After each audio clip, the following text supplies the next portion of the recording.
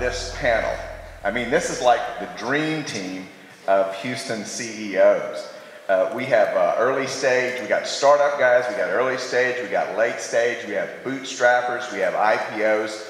We have practically everything, including, we probably couldn't have done this about 4 or 5 years ago because there's two groups of major competitors up here, both in the data storage world and in the security, software security world. I guess this might be the first time some of these guys have even spoken to each other. So this could be pretty exciting. The panel, for those if you don't know, down at the end is Richard Yu, founder of Rackspace and Server Beach, Eric Pulaski, BindView, SmartVault, Red Flag, and of course Trahan Associates.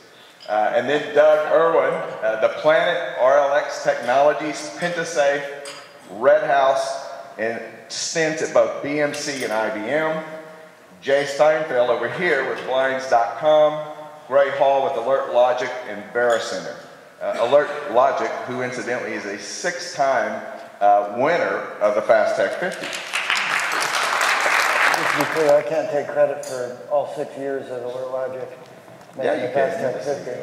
The past few years have been great, although Vericenter, I didn't go back and look, but either 5 or 6 years we were on the Fast Tech 50 as well. That was a great experience.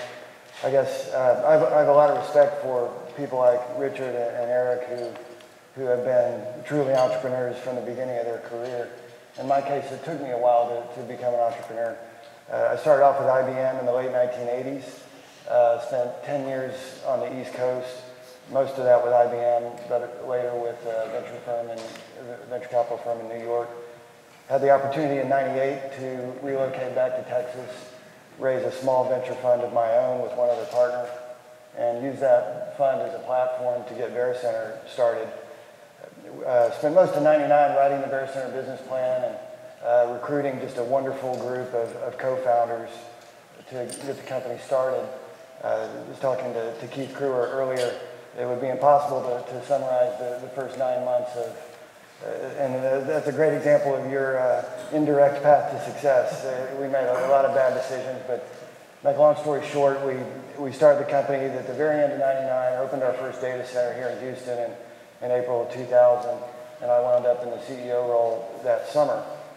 We grew the company from the hosting business from 0 to 80 million in annual revenue over 7 years. A leading managed hosting offering in 6 major markets around the U.S., 8 data centers, and ultimately sold the company to SunGard Data Systems. We had a number of unsolicited bids to buy the business and came away with an offer we couldn't refuse. Love the business. I have a lot of respect for everybody in the hosting business and was very fortunate to land in the CEO role at AlertLogic here in Houston about a year and a half later. Probably the only existing company in Houston that really allowed me to capitalize on what I learned at Vericenter. And you mentioned the competitive dynamics among hosting people. Oddly enough, most of my former competitors are now my channel partners at AlertLogic. So we provide the security solution that companies like Rackspace and other hosting providers offer to their customers when they move to the cloud and need security.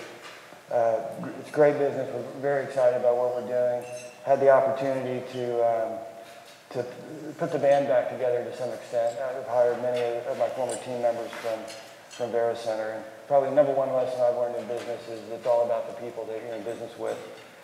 So we're having a great time and very excited about what we're doing and happy to be here. There's no question that the economy is sort of in a rut, in a bad space, and it can affect some of us nowadays, even in operating our business.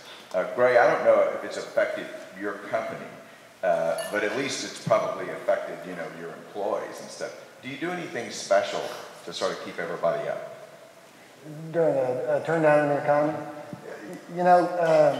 The short answer is no, but I think the more interesting part of the answer is why I say no. The sort of early career decision I made was to focus on a major market trend that would be something that I could essentially ride and participate in throughout the bulk of my career. And fortunately, I got that one right in thinking about the return of computing to a more centralized model, which has led to the hosting industry and now cloud computing. And a trend like that is so powerful that it really overrides, you know, the kinds of downturns in the economy, at least that I've experienced over the past 12 to 15 years. You know, even in, so the bad tech recession from 2000, which was right after we started VeriCenter, until, you know, late 03, and then the recession from 08 and 09, and then you might argue we're entering one now.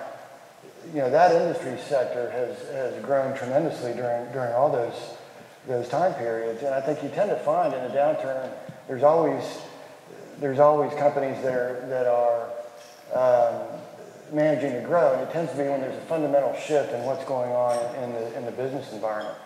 So I think we're in the middle of a multi-decade shift toward a centralized computing model, and I think this cloud trend has a long way to run. So the thing that we were always careful to do, you know, we grew every month from 2000 through 2003. We grew revenue, and WorldLogic has grown from a $9 million business when I started to now a $25 million company through some pretty slow growth years. And just by focusing on the core vision, the core strategy, remembering why we're in that business because it's a major trend, and executing well is really the best way to get through it when you have that kind of wind at your back. Now, that lesson doesn't really map to other industry sectors where you don't have a major secular trend pushing you along. So, you know, I think for people early in their career, you know, I'm a big believer that the most important decision you can make is what business do I want to be in, and who do I want to be in it with. And if you get those right, then you know, 2 to 3 year economic downturns are very survivable. Okay. Questions from the audience? What I want you to tell is a really tough experience where you had to make a very, very tough decision. And it bothered you, it hurt you, but you had to do it for the best interest of the company. I'd like to hear those stories. I was hoping I could come up with something more interesting as a tough decision, but really as I reflect back to my career, really the toughest decisions I've had to make were termination decisions. I would add to that even as tough as those decisions were, I don't recall any time where I acted too soon. And I don't mean that to say that I've always been right, but once you've made that decision that the best thing for the company is to separate, one mistake I've made several times is, all right, I want to give it a little more time, maybe it'll turn around, maybe it'll work itself out, maybe, you know, I can't really run without a body in that position, so I'll keep them on board till I find somebody better. My advice is those are always bad ideas, and if culturally, from a chemistry standpoint, from a quality standpoint, you've come to the conclusion that it's time to separate, the best decision you can make is to do it quickly and immediately. And at least in my experience, it's always worked out for the best. Okay. For me, this went way too fast. You guys are great. Let's give them a hand, please.